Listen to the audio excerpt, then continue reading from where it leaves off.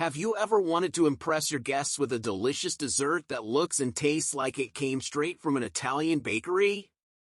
Look no further than tiramisu. This classic Italian dessert is surprisingly easy to make from scratch, and will definitely have your taste buds singing. First things first, let's talk ingredients. For this recipe, you'll need 6 egg yolks, 3/4 cup white sugar, 2/3 cup milk, 1 1/4 cups heavy cream, 1/2 teaspoon vanilla extract, 1 pound mascarpone cheese, 1/4 cup strong brewed coffee, cooled, 2 tablespoons rum, and 24 ladyfingers. Alright, let's get started. The first step is to beat the egg yolks and sugar together in a mixing bowl until light and creamy. Then, add in the milk and mix until well combined. Next, transfer the mixture to a saucepan and cook over low heat for about 10 minutes, stirring constantly until it thickens into a custard-like consistency.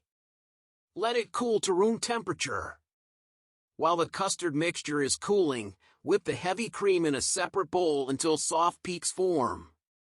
Add in the vanilla extract and continue whipping until stiff peaks form. In another bowl, beat the mascarpone cheese until smooth.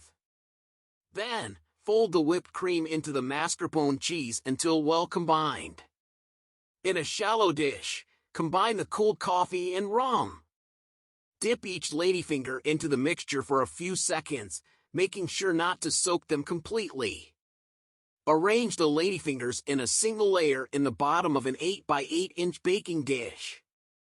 Spread half of the mascarpone mixture over the ladyfingers.